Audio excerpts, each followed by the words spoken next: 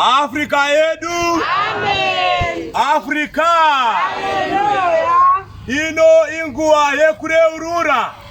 Kinaku yakubwadi bizaruna. Nokutenda zvatakaitirwa naJehovha Mwari. Nikulebuka serisitilwe ngimudimu. Muprofita Isaiah 12. Muprofita Isaiah 12. Rwiyo rwokutenda. Vina yakulebuka. Nezuwa iro uchati. Ndinokutendai Jehovha. Makanga makanditsamwira. Asi kutsamwa kwenyu kwakadzorwa. Munondinyaradza. Tarirai Mwari ndiye ruponeso rwangu. Ndichavimba naye handingatyi. Nokuti Jehovha, iye Jehovha. Irione here shamwari.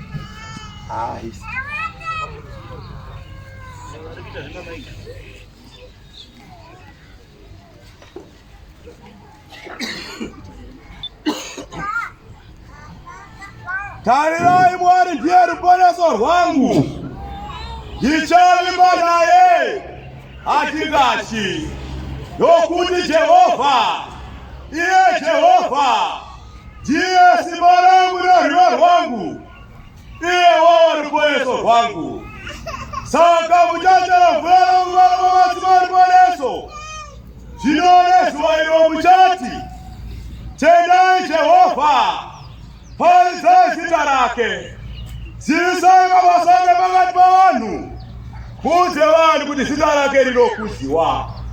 Imirai Jehovha, nokuti wakaita zvinhu zvakaisvonaka. Izvi ngazvizivikanwe panyika yose.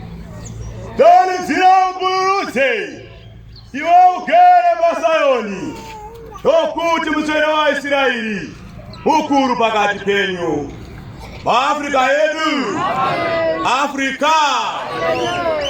Zvino tinotenda Mwari. Yanori alebuka mudimu. Nokuti the African Apostolic Church. Kakuri the African Apostolic Church.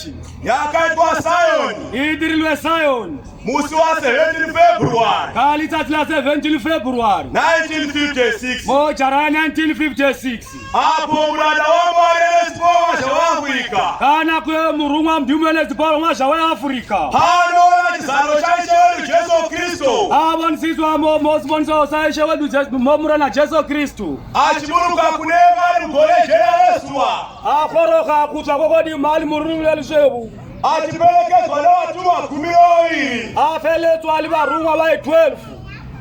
Izvi tinozviona mubhuku yekutumwa kwaPauro zveAfrica. Yanori yoseri atibona mubhuku yekurumwa kwaNelson Paulo mwazha weAfrica. Chikamu chekutanga. Bhuku yaMatomu. Chitsauko 22. Mo page 22. Page 72. Page 72. Apo muranda wa Mwari neziporo zveAfrica ari muchizaruro. Kana kwe murumwa mdimu neziporo Paulo mwazha Africa ali mosiboniso. Anoti zvakaitika kudai. Ari kutiraketiso. Akanga ari kumabhazi wachivaka imba yake. Unzali kwe kutavangunitsatsi akaendzwa yakakwe. Mumwe murume ndokudaidza kunopinda musangano muCentral Africa. Kuta muna omwata kumukwa kotsena moko pano muCentral Africa. Pamusangano uyu. Moko pano eyo. Akaenda patafura. Uile kwa tafule. Ndokulipira mari 25 cents. Anza madi adram 25 cents. Kana kuti 2 in 6. Oro 2 in 6. Ndokupiwa tikiti yeunhengo. Afuwa tikiti ya unhengo. Membership card.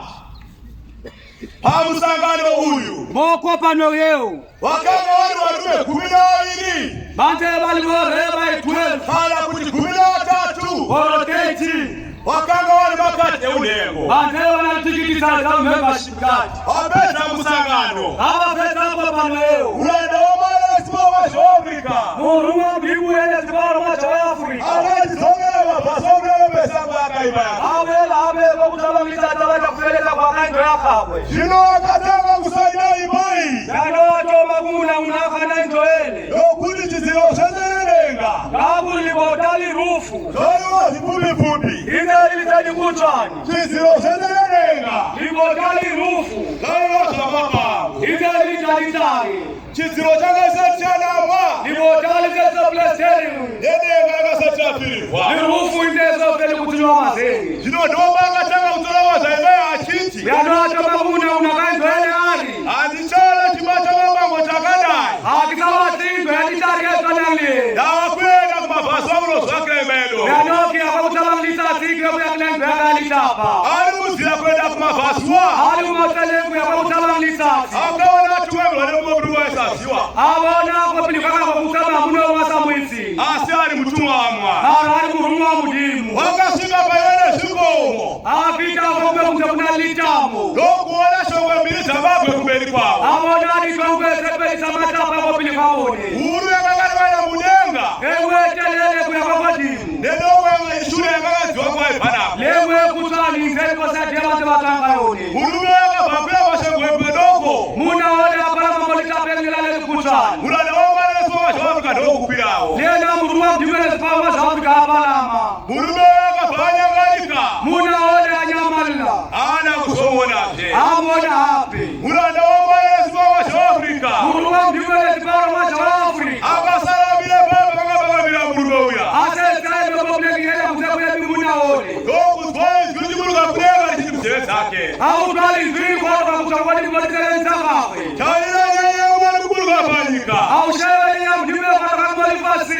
Imbabo kadarisa kumafasi wangu musoro. Ana kuya shewe kwa kutamamlisa kwa dimu. Doku swai kuimba kunoshamza zutu. Au twakuopela kwa kumagaza ntata. Uchibamu nenga. Utaka kwa dimu. Ekole chelaswa. Nini nula lisati. Uchibamu nenga chimuru kapanyika. Nini kwa dimu ni kwa kakamwalifasi. Ola kakala chakula mawa chezo Nini yenyewa. nula mzela limwe na Yesu Kristo. Na watu wa kwele mbele sana kuimba kuno. Niwa runga watu wa kwa dimu watu wameopela kusema magaza. Hilo wataka kusilaji wa kwele kweli. Beano watu wamekusabona sinde lirulele. Yeso wepele kumekwa kakala na mudenga. Hata washomwe telele nzeme kwa pili hakawe. Kuimba kwa ifamu kweli. Kuopela kuze kutoba lirulele. Baba na baba ulisema mzee sana ushabla zutu. Uze kutela kukoka mwalikele nzakawe tata. Ola kakala kukuwana musoro wa Afrika. Lirulele la kukoka kwa beti kwa dimu Afrika. Ilo zimetelezi. Kobe Mediterranean Sea. Imbabo mnano umana suwa wa Afrika. Kana kwe murua mjumele tibara wa Afrika. Baba kacha zuwa kazani sandalara. Iko na mwanzo Afrika yote itesi. Sema ni sawa mitala makomo. Kana kaesa vititamu. Kala sema ni sawa mitala makomo. Kana kaesa vititamu. Uzewa chikowe chotaka maani. Cheka nitapana nda mimogoloni. Olega tosuwa bongo metelezi. Lirulele lizalitwela litamu Mediterranean Sea. Mnano umana suwa wa Afrika. Murua mjumele tibara wa Afrika. Akala rugo repura. Kana kwe abona mna beti. Ikizundukala baba kama makore. Utali mwale kuze kutili lirulele. Nishidibula baba pe Afrika. Ikaona ni kwa Afrika. Kuna shika kumare sanza zengoshe. Kuokoroka kwa beti kwa tati wa Southern Ocean. Shidibu ya kore. Pise wali ruru. Dawa sana baba niwe shidibu ya Ethiopia. Silise tima ichibitili Ethiopia. Kusasa makoroma na unama bisara wa 68. Kutaleta mafukamu himu na muna bisara wa 68. Veste tuwale aloti. Besi tetu hali hari. Machina kabula ichibita. Masori hata utafa ichibita. Ethiopia ya kurusa kutama za mboga ya kunamani. Ethiopia waka utukoro kakana kwa mjimu. Olega kana katakula mamojazo ya nyamari. Lirule nzepeke mkukosi Yesu Kristu liwa ruwa kako. Lewa chuwa kulele mbele za kuiba kunosha. Liwa ruwa watu wa katika wapela sasima katanga. Zilola karama jifambari mamsaba mfura. Richela lisaba liwa wani kwa besi. Nakala mwingine kuchambebe kwa nikowa. Doti koro kakotasi kwa besi. Na pele pepe kwa mida mnada wa mwati. Ari koro kama aflimole kutepe muruma mudimu. Ipopo mnada wa mwati na suwa wa Afrika. Ana kwe muruma mdimele tibara wa Afrika. Hapa mburuka basho kwa mwamire. Hapa kuluka mwata pengela ndaye mingwa kolone. Wabwenda kukuokele chimu ya mambo. Atama ya kwa mula pe wale wabeti kuna kwa panali mkule na Yesu Kristu. Ino wanga pele mama wanga ima waka iramba. Afita limole mwake ngitai khana. Yesu ne baba waka bilamza na msendo Afrika. Limole mwate nyingwa pana mosenda Afrika. Haku baba. Atamo. Agawana weno wadume kumila alili. Abona atama limole baitwetu. Waka sura kurukuwa kula chimu ya mambo. Bakoro kakomula pe koro bakole kwa panali Yesu Kristu. Olela kadira tasana nao. Lirulele alishe bandibone. Mulanda w'Imana sibo Afrika. Kuruma mlimele zibora masha Afrika. Akasazwa sibo musumule. Akatwa kama tamu dimu. Lokudani Israeli zukura. Akuwa kalitele tona hari. Taira. Aushebe. Ilokada musao. Yala tena mosayo. Ipoyakola. Litapale litona. Akasana mwala mwali lobosha. Ebu ile kimudimu ya makaza. Unatela mahali. Ona litume na makolone.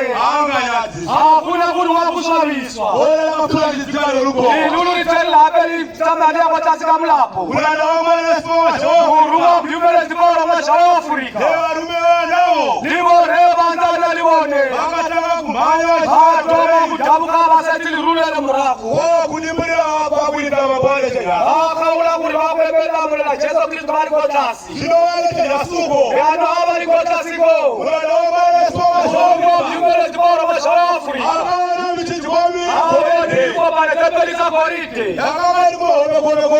Ili motu kukamlapo. Hajua mutalo shidaka. Kotasi kasari sekri. Lokuti warume wanao. Abo mabore bandani bonari. Bakomana. Bore. Ishaja mkulani kato. Kosi usanza kaula ni pasingote. Maafrika yenu. Afrika runa.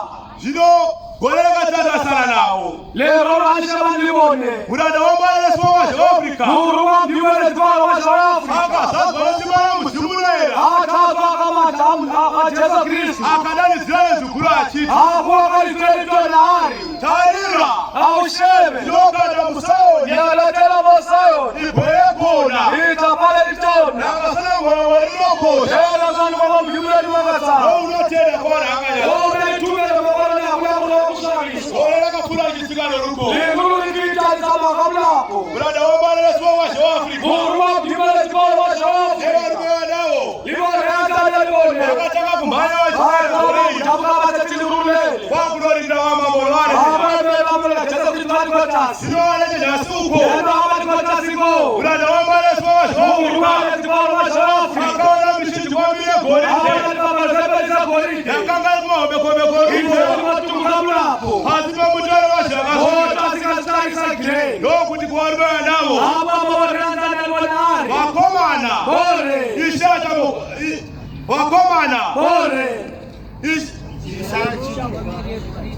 Hii ndio mchinji kwa mili yeko. Wakomana. Bore. Ndio michinji kwa mili golite. Tena ndipo panatepeli za korite. Ilikuzosana msendro wa Afrika. Eka usala ni maseka wa Afrika. Golera kapula kisigalo ruko. Liruli vita alifanya na kabulapo. Mulanda w'Imana sibo Afrika. Kuruma mlimele zibora masha Afrika. Warume wanao. Libore bandana libone. Wakati golera katata sana na ukakani. Liruli ranisha bandibone hape. Mulanda w'Imana sibo Afrika. Kuruma mlimele zibora masha Afrika. Akasazwa n'omufolo mukulu. Akatwa kama tama tona. Lokudani Israeli zukura. Akuwa kalitele tona hari. Eli Jesu.